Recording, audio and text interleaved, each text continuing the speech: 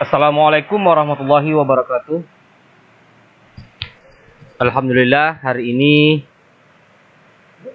kita dapat bertemu kembali meskipun tidak secara langsung. Hari ini kita akan melanjutkan materi perkuliahan kita, yaitu mata kuliah komputer yang diampu oleh saya, Nukman Eskom Mkom. Baik Bapak Ibu, rekan sekalian, hari ini kita sudah memasuki materi. Materi pertama ini kita akan membahas terkait dengan definisi komputer itu sendiri, terus sejarah komputer,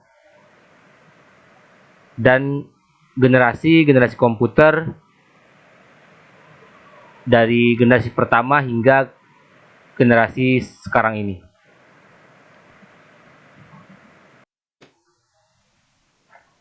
Komputer ini pada dasarnya kita semua sudah familiar dengan komputer. Mungkin di keseharian Bapak Ibu sekalian sedikit banyaknya pasti sudah menggunakan komputer ya. Mungkin dalam pembuatan surat mungkin, atau yang lebih kerennya membuat rekam medis menggunakan komputer. Tapi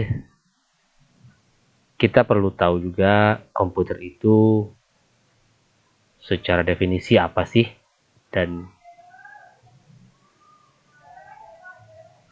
dari mana sih awalnya kata-kata komputer itu muncul. Baik di sini secara bahasa, jadi komputer ini berasal dari bahasa Latin yang di dalam bahasa Latin komputer itu adalah computare, yang artinya alat untuk menghitung. Jadi sebelum seperti komputer sekarang, komputer yang dulu itu awalnya diproyeksikan untuk menjadi alat untuk menghitung. Hanya untuk benar-benar untuk alat untuk menghitung. Belum sekompleks sekarang ini. Kemudian dalam bahasa Inggris, komputer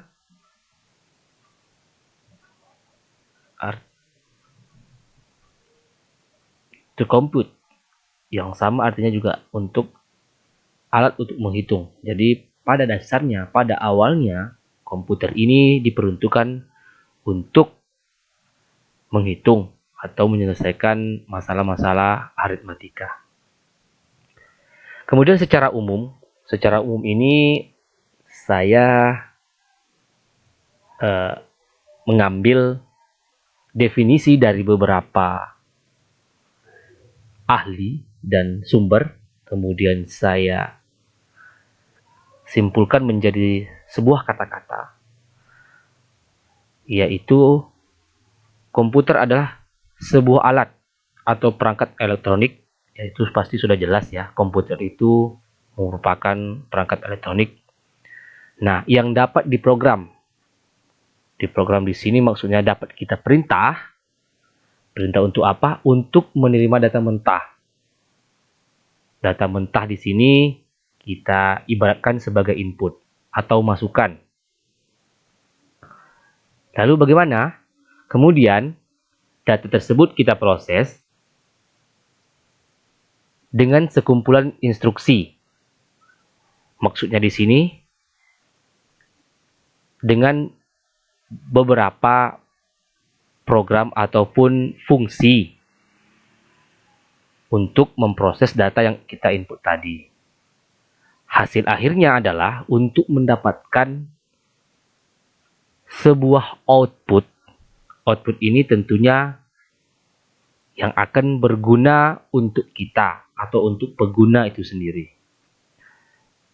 Nah, itu merupakan definisi komputer yang dasarnya saya membuat definisi tersebut adalah rujukannya dari beberapa sumber dan ahli yang sudah menjelaskan apa itu definisi komputer. Sebelumnya saya tadi menyampaikan bahwa definisi yang saya ambil itu saya ambil dari beberapa pakar ya, atau ahli-ahli sebelumnya. Nah, di sini saya mengambil beberapa definisi komputer dari ahli ya. Di sini sepertinya tidak ada orang Indonesia. Nah, dari namanya saja kita bisa lihat. Yang pertama ahlinya ya adalah Robert H. Blismer. Nah, dia mengatakan bahwa komputer itu adalah suatu alat elektronik, sama seperti yang saya sampaikan tadi, yang mampu melakukan beberapa tugas. Nah, berarti komputer itu bisa melakukan tugas. Dia memberikan contoh antara lain menerima input, memproses input sesuai dengan programnya, kemudian menyimpan perintah dan hasil dari pengolahan, dan menyediakan output dalam bentuk informasi. Jadi menurut Robert ini, pada dasarnya sama apa yang saya simpulkan tadi. Intinya dia bisa melakukan menerima input dan memprosesnya, kemudian menghasilkan sebuah output yang dalam hal ini berbentuk informasi yang tentunya berguna untuk penggunanya itu sendiri. Kemudian ahli kedua, namanya Donald H. Sanders. Dia mengatakan komputer itu adalah sistem elektronik untuk memanipulasi data. Di sini ada kata-kata memanipulasi data. Artinya dia bisa mengolah data tersebut yang cepat dan tepat, serta dirancang dan diorganisasikan supaya secara otomatis menerima, menyimpan data input. Lagi-lagi ada kata-kata menerima input, kemudian memprosesnya untuk menghasilkan sebuah output di bawah pengawasan suatu langkah-langkah instruksi program yang tersimpan di memori. Berdasarkan definisi dari dua ahli ini, pada dasarnya intinya komputer itu adalah suatu alat elektronik atau suatu alat elektronik yang mampu atau bisa menerima input, kemudian dia bisa memproses input tersebut menjadi sebuah output yang berguna untuk pengguna. Selanjutnya, nah sekarang kita sudah masuk ke sejarah komputer. Jadi kalau bahas sejarah ini, ya tentunya sudah lama ya, atau kejadian yang sudah terjadi. Di sini sejarah perkembangan komputer dibagi menjadi dua tahap. Ya. Tahap yang pertama sebelum tahun 1940. Berarti sudah lama ya, sebelum tahun 1940. Kemudian yang kedua, perkembangan komputer yang setelah tahun 1940.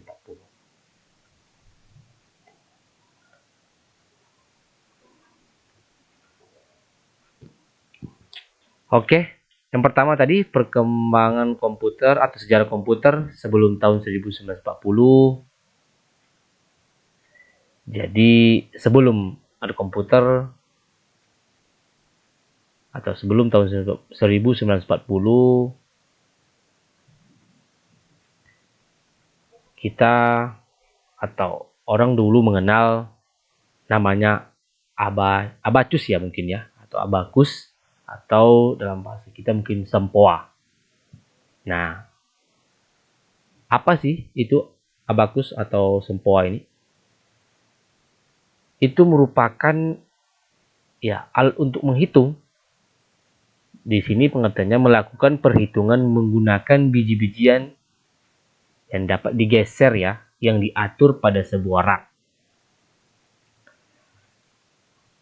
Nah, itu bisa dibilang komputer pada zaman dahulu lah, atau alat perhitungan yang digunakan sebelum tahun 1940.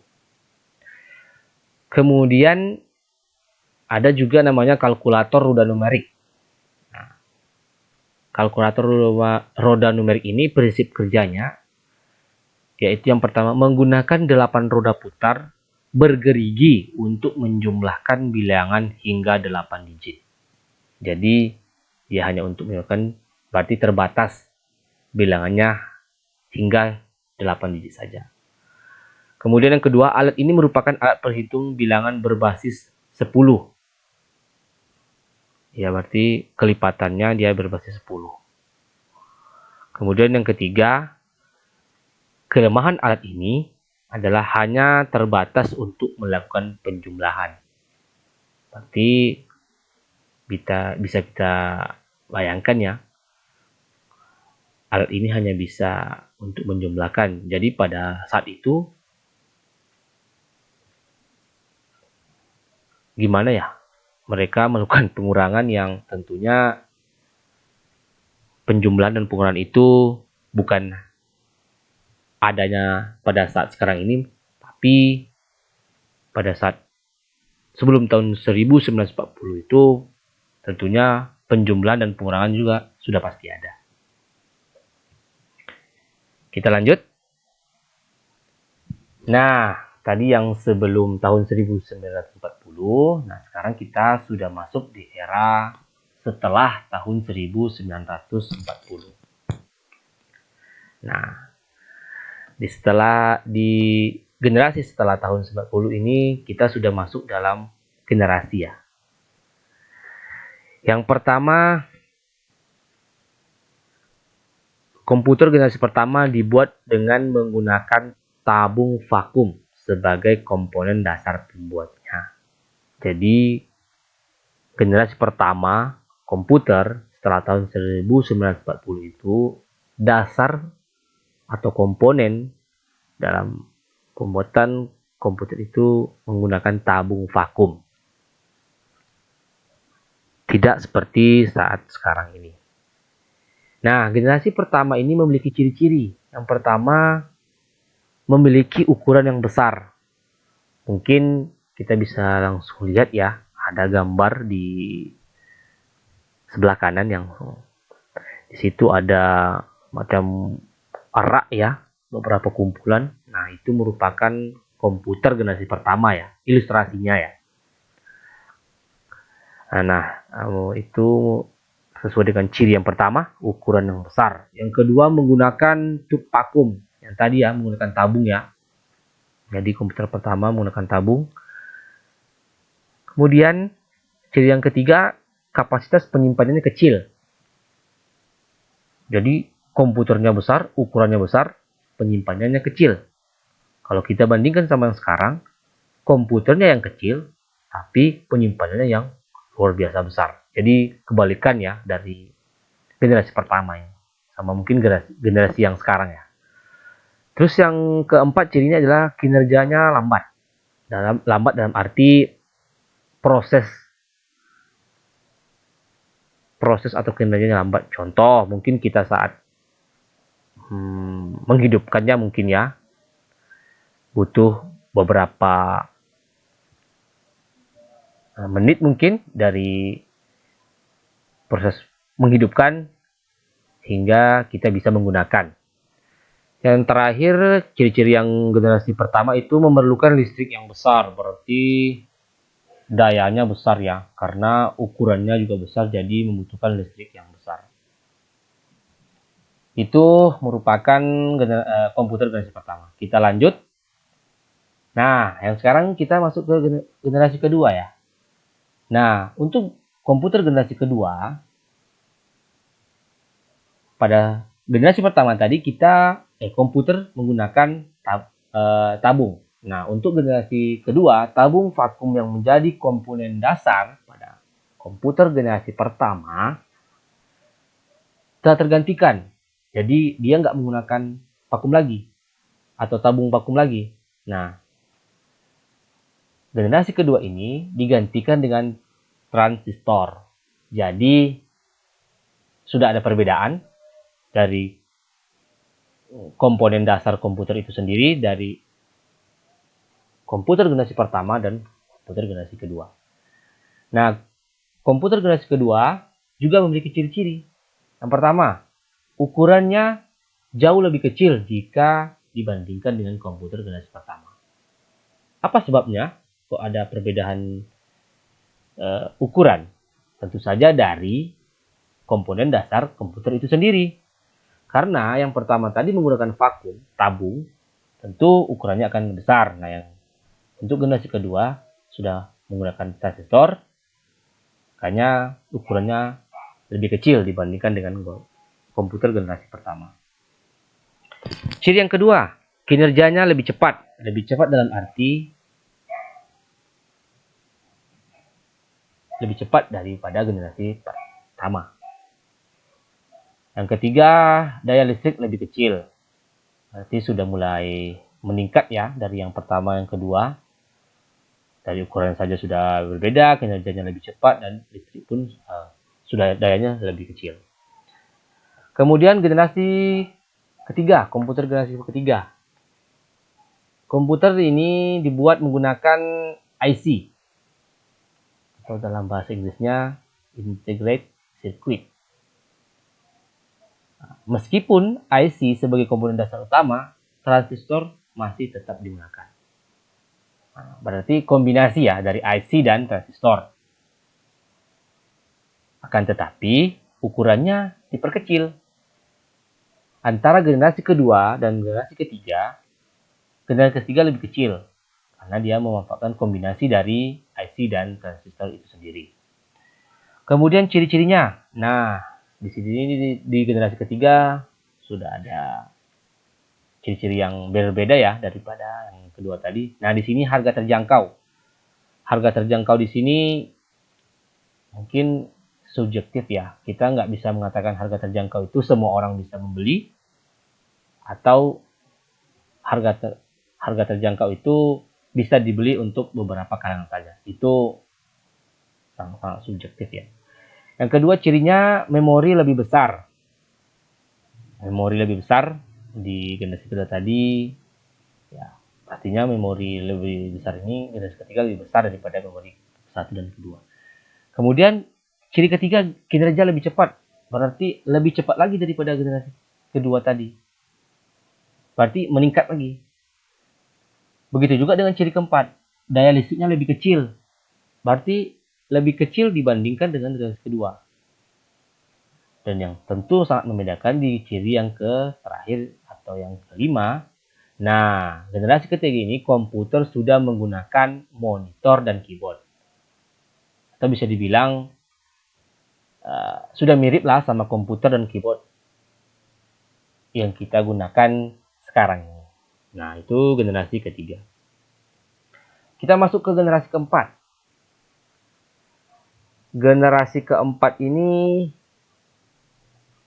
menjadi perkembangan, saya typo ya, N-nya tidak ada, perkembangan yang pesat dalam menghimpun IC menjadi jutaan chip. Jadi dia sudah menjadi kesatuan ya, satu kesatuan menjadi jutaan chip. Jadi IC itu dihimpun menjadi satu kesatuan chip.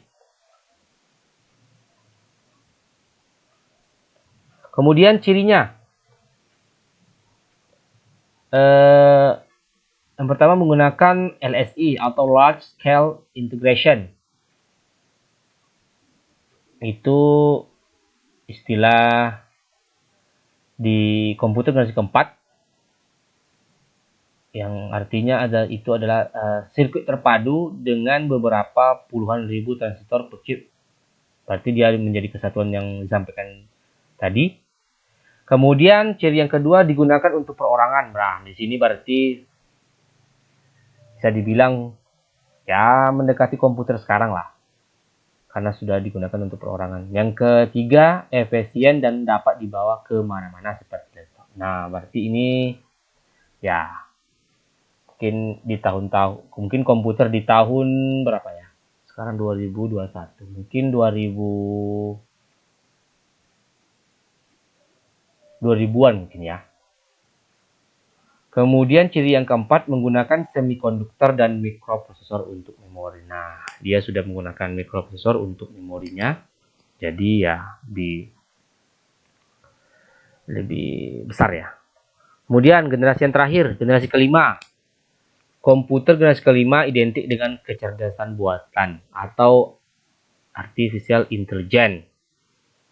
Dalam bahasa Indonesia disebut dengan kecerdasan buatan. Nah, ciri-cirinya mungkin sama, menggunakan large scale integration, fitur semakin banyak, terus ada kecepatan memproses informasi meningkat. Yang ciri terakhir adanya alat pengganti pekerja manusia sebagai simbol dari kelima. Jadi bisa dibilang generasi kelima ini adalah generasi komputer sekarang yang bisa dibilang sudah sangat canggih ya, bisa dibawa kemana-mana, penyimpanannya besar, kinerjanya cepat, dan harga terjangkau. Harga terjangkau di sini mungkin ya sama juga. Harga terjangkau ya tergantung kita, harga laptop sekarang atau komputer sekarang banyak, tergantung dari kemampuan kita sendiri. Mungkin itu ya dari penjelasan dari definisi, kemudian sejarah, kemudian generasi komputer. Mungkin dari Bapak atau Ibu dan rekan-rekan sekalian nantinya ingin ada yang bertanya, ya dipersilahkan. Saya insya Allah akan coba saya jawab pertanyaan dari Bapak Ibu sekalian. Pertanyaannya mungkin bisa melalui email ya, tapi saya rasa kok untuk email ya sedikit ribet mungkin ya. Bisa melalui WhatsApp. Ini ada nomor WhatsApp saya. Kalau mungkin ada yang ingin ditanyakan atau ada hal-hal lain ya dipersilakan, saya welcome saja. Nah, mungkin untuk pertemuan hari ini itu saja terkait dengan definisi, sejarah, dan perkembangan. Lebih dan kurang saya mohon maaf. Akhirul kalam. Assalamualaikum warahmatullahi wabarakatuh.